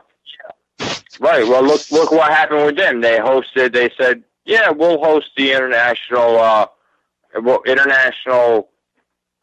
criminal court convention against George Bush and the American office that was in regime at his time for the crimes of 9/11, insurance and a few other things. What the hell was it? I forget what it is. International Criminal Court is what it was. ICC said, "Well, we'll host them here," and there you go. I'm not saying that literally we attacked them with a weather weapon, with a weapon that's capable of changing the weather. But what I'm saying is that whatever it is that happens when you put 10,000 antennas together and you turn them all on, and you have 100 trillion watts of energy or electricity, extreme low frequency within the microwave radiation range being beamed up into the atmosphere. People talk about burning holes in the ozone through their hairspray in the 1980s, melted it, and blah, blah, fucking blah, and all that other bullshit. Well, let's look at some real science. What happens when you do that? What happens when you put together 1,000 poles? Listen, you go outside and you look at the telephone pole and you hear a little transponder. That's extreme low frequency. Imagine 100,000 of those together pointing in one direction. You know what I mean? Unbelievable. So who knows what could happen if you were to direct that over a certain area? Because when, again, hard plastic heat, just like the ionosphere, it bubbles up. The underlying atmosphere would then have to go up and in. So it would have to go into that concave area in order to make up for the lack of atmospheric pressure that's happening. So, people can talk about their phony ozone layer and shit like that all day, but America, we're an empire that will continue to be destructive, be successful, and be victorious in just about anything that we do. Whether it's viruses or weather machines. Well, HAARP is it's an interesting concept. It's funny how it's like you start mentioning people don't even want to take an aim, but seriously, despite all the incredible advances in science that some of our scientists have reached during the Cold War, and its extension of a lot of the German scientists that were working on stuff that really seemed some of the stuff that they were talking about was stuff that seemed 100 years ahead of its time over there in Germany during World War II, anti-gravity devices and all kinds of crazy stuff. Maybe they never actually finished the project, but that they were approaching it in 1940-something was incredible. So it wouldn't be surprising to me that that they have a mostly successful weather weapon. The only problems, though, that I see, a lot of people, especially right now because of the intensity right now that we're experiencing with this hurricane season, that I just I've been just affected by it in the last week. I mean, it's been a pretty long week over here in St. Pete, Florida, and we had a lot of people out of power for almost the entire week. We had very hot week to go along with that. A lot of people left the town, and we had our first actual brush with a hurricane. It was actually hurricane force winds coming down on the city the first time in 96 years, believe it or not. Despite us being St. Petersburg, Florida, I think everybody would believe that we've been hit by many hurricanes over the years. We actually are in a spot where we get hit very little. Miami, different story. Naples, they've been hit a few times, more than us. Not too frequent. It's really more like Miami, West Palm Beach, even maybe like Vero Beach right across the state. They've been hit a few times. How about Brandon? How about Brandon, Florida? How's that been doing? They're right across from us. They're actually south of Tampa. So this is the first time in a long time seeing a storm of this nature. Yeah. That's funny. I know you got my NHL team over there, man, and I got the goddamn farm team to it. So it's like little brother and big brother, man. Like you and my goddamn football team back or something. But real quick, I did want to say that all speculation, whether or not, it's all speculation whether or not something like HAARP is a weather weapon. But so I wouldn't worry, if you're in a hurricane area, you're worried about being called or being destroyed by the American government through weather. I wouldn't worry too much about it. I think basically. I was kind of joking real quick when I say that HAARP, maybe perhaps some of the generals or something that live in this is a lot of powerful people live in this county, maybe they called right. real quick and was like, hey, look, we got a Category 4 hurricane heading straight for our town. You like shoot some cold air in that thing so like falls apart before it's here. Yeah, right, exactly. Why not use it? Right. You know, that's right. Well, you know, Hurricane Sandy is a good example of something like, again, is what I believe they're trying to do. Okay, I don't believe they're trying to melt our ozone. I don't believe they're trying to create a weather weapon machine. Is what I believe they're trying. I think that the weather is I think it's a byproduct. I think it's you know, a defunct aspect of using something like that. But what I think they're trying to do is I think they're trying to tap in essentially to the Van Allen belts. I think they're trying to get into a situation where they can just draw unlimited amount of energy from our electromagnetic. And if you're talking the ionosphere and breaking through that in order to get to something that can produce unlimited energy, then you are in the right spectrum and in the right atmospheric layer in order to make that possible, if that is at all.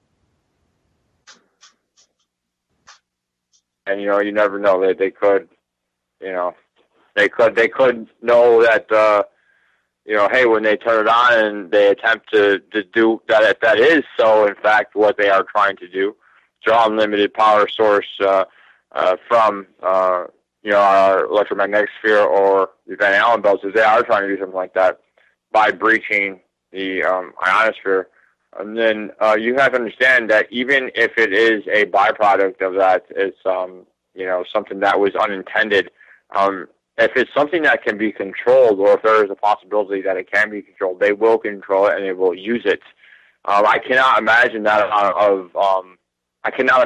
amount of electricity going up into the air, 100 trillion watts. I cannot imagine that much going up into the atmosphere and not in some way affecting, again, the next lower form of atmosphere that has that atmospheric pressure that has to come in and make up for the lack of. I can't imagine what exactly they would be able to do with that if they were able to be like, all right, well, when we use it, instead of wasting all that energy, let's burn it off on Iran, Japan, North Korea. Hey, while we're at it, why not try Russia?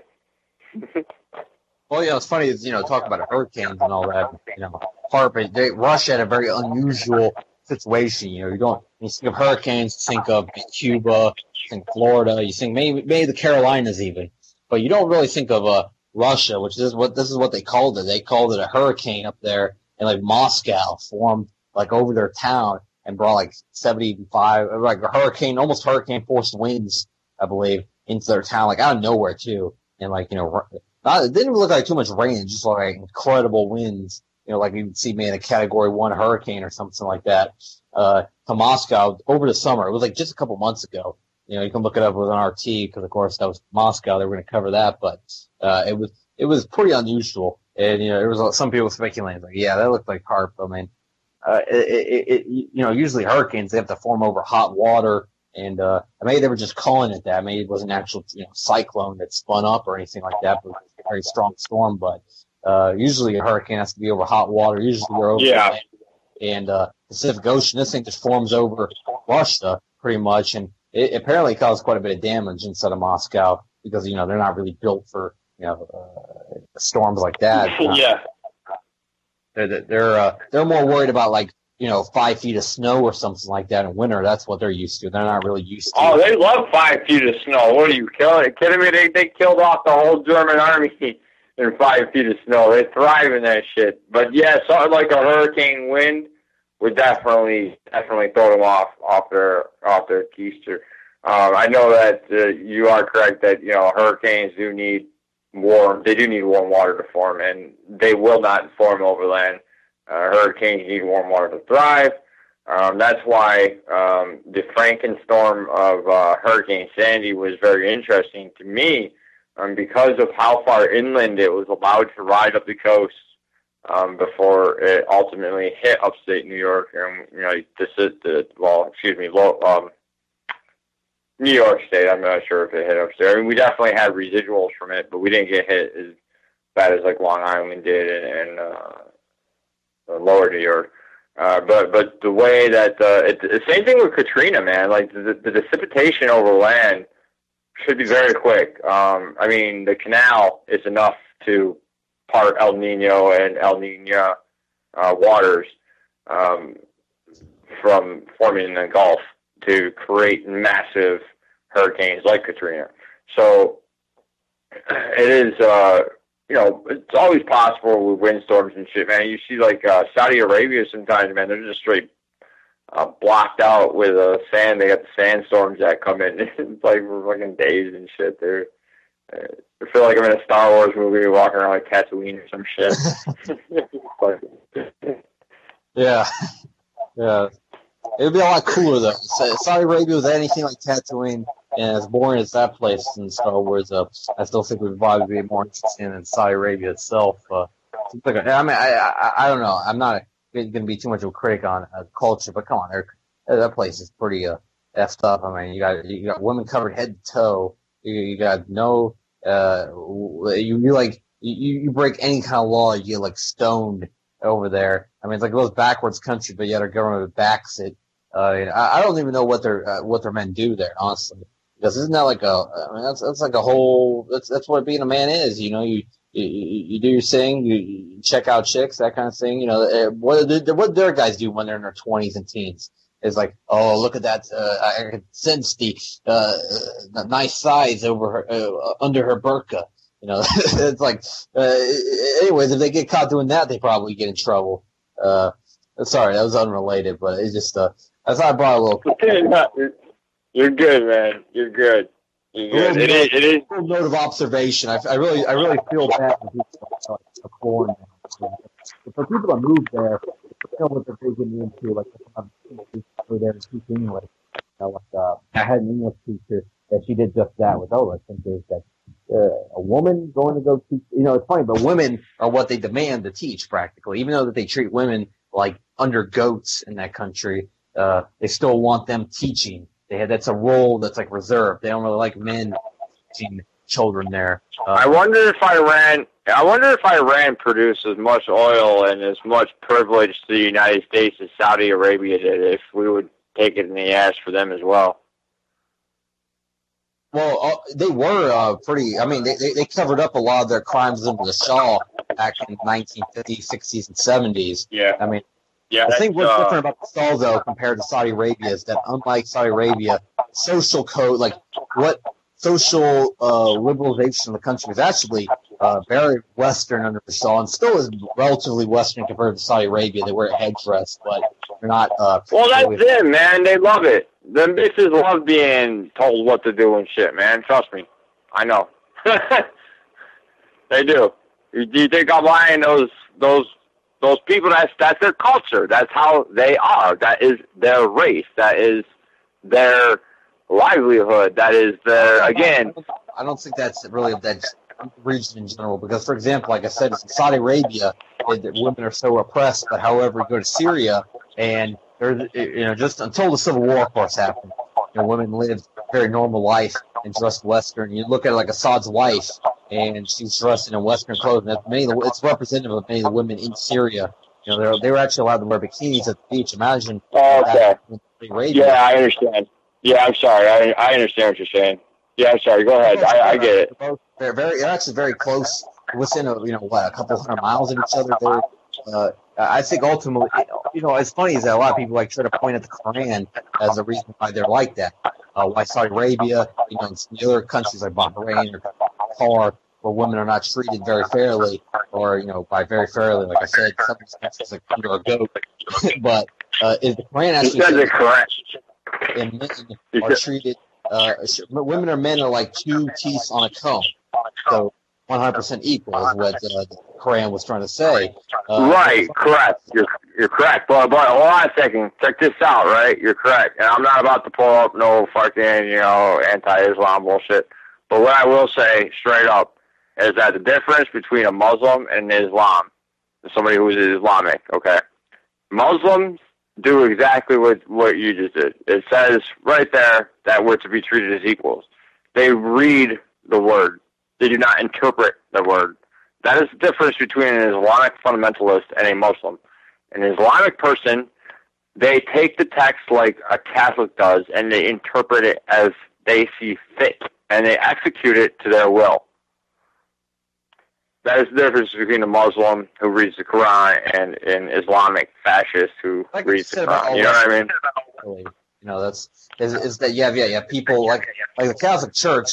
I mean, you know how much of that stuff has been misinterpreted into their favor, especially, you know, think about like the Dark Ages, you know, when the Catholic Church was in charge of everything.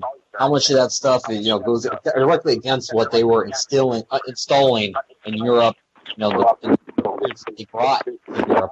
You know, that they were literally charging people like indulgences where you could get away with stuff you pay for it. You know, I'm pretty sure the Bible goes against that multiple times, but they interpret it their way. You look at how, you know, ultimately, but that's a little bit different. I was going to say about the Zionists, you know, Israel, but ultimately they take the Torah in the Talmud. The Talmud is a very important link that a lot of people are missing when trying to interpret why the Israelis think the way they do. That's like the most vital book to ever be wrote in history. I mean, it's one of the most. Well, I think all 92 canonicals are absolutely revolting. But to be honest with you, they are very interesting.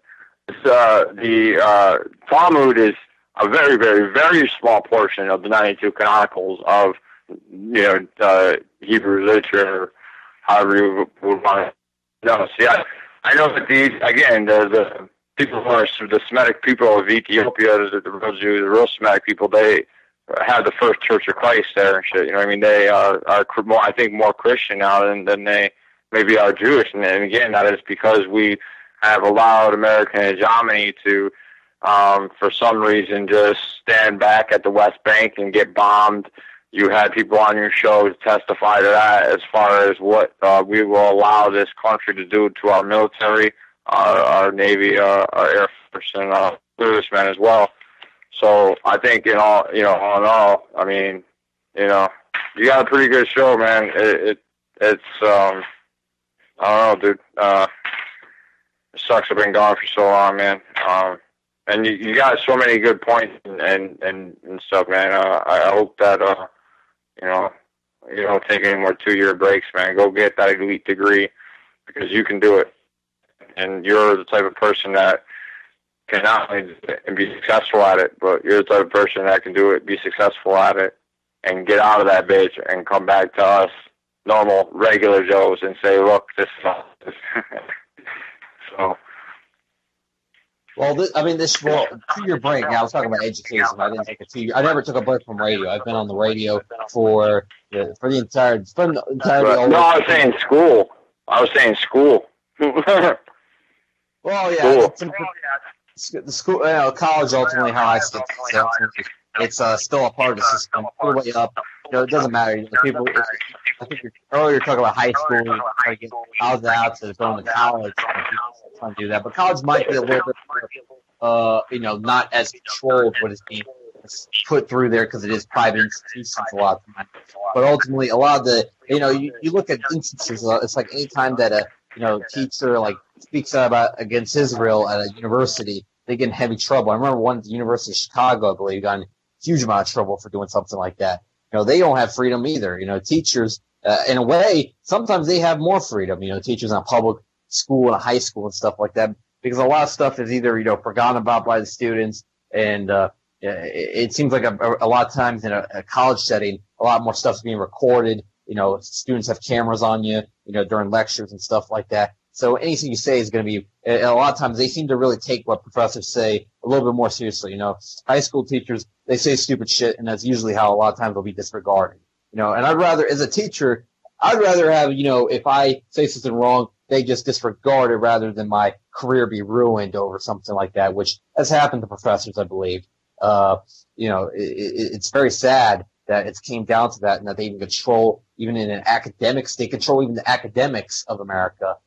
You know, is that ultimately it goes not just to finance or the media or all the other things that, you know, is known that they control, but even the academia of America, they are all in. You know, and the very few that are against them, like right. Norman Finkelstein, who is a Jewish guy who's against Israel, and against them, He's been ostracized and thrown, to the curb practically. And that's what they'll do. It's funny is that a lot of Jewish people, they think that by defending Israel, that there are they defend Israel because they'll think that Israel will defend them. Thinking that it's justified. They think it's justification. As soon as you go against them, they've done it. I've seen cases like where Jews have stood up in the synagogue and called out Israel. Well, I saw one case of this, and they got. I mean, it was terrible. He got fucking thrown out of there pretty much. Like it was like he just dropped the N-word at a Harlem music revival or something like that. It was.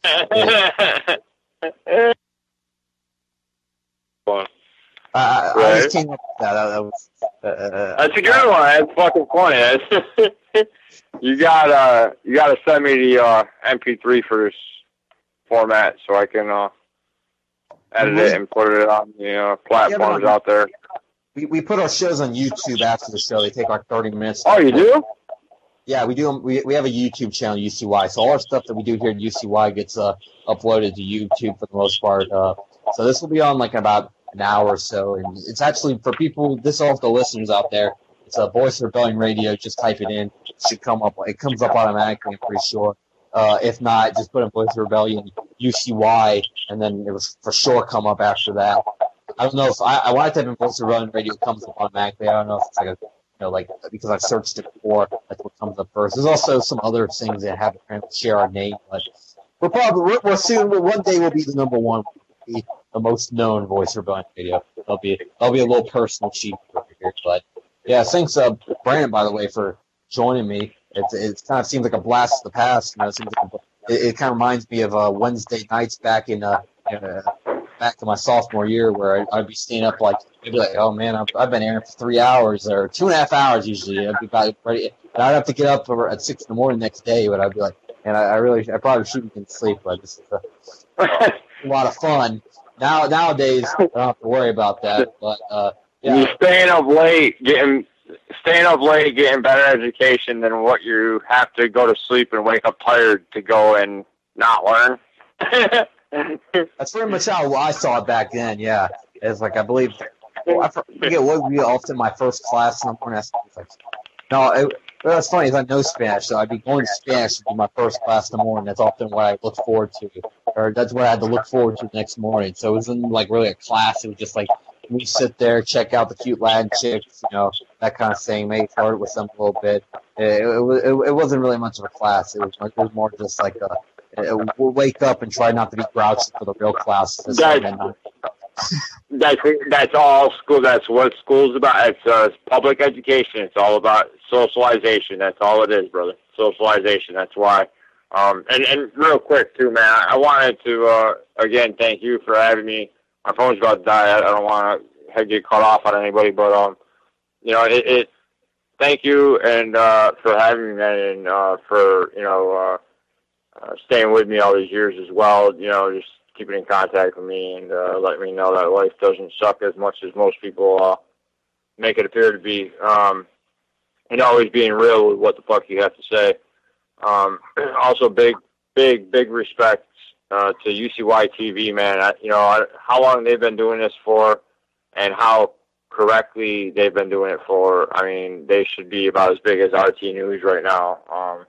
And they're big, but I think that the growth could be exponential if they had the correct person, maybe in production. The best, believe me, is that Jules.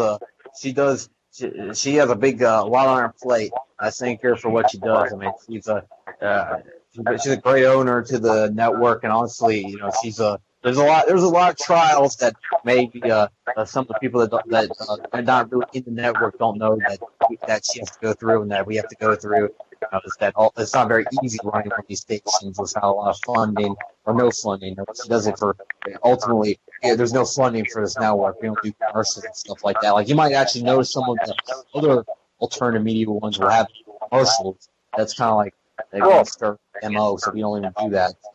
You guys including the owner. You guys all could be getting paid without having to sell out and have commercials and all that other stuff. It's just you have to have the correct nobody can stop it. Malcolm Little when he knelt before Elijah Muhammad, the comet that killed the dinosaurs, changing the earth. They love to criticize, they always say I changed for the worse. Like prescription pills when you misusing them, nigga. The Templar Knights when they took Jerusalem, nigga, and figured out what was buried under Solomon's temple, Al-Aqsa. The name is not coincidental. I know too much. The government is trying to murder me. No coming back like cutting your wrists open vertically. How could the serpent be purposely put in charge of the country? Genetic engineered sickness spread amongst me.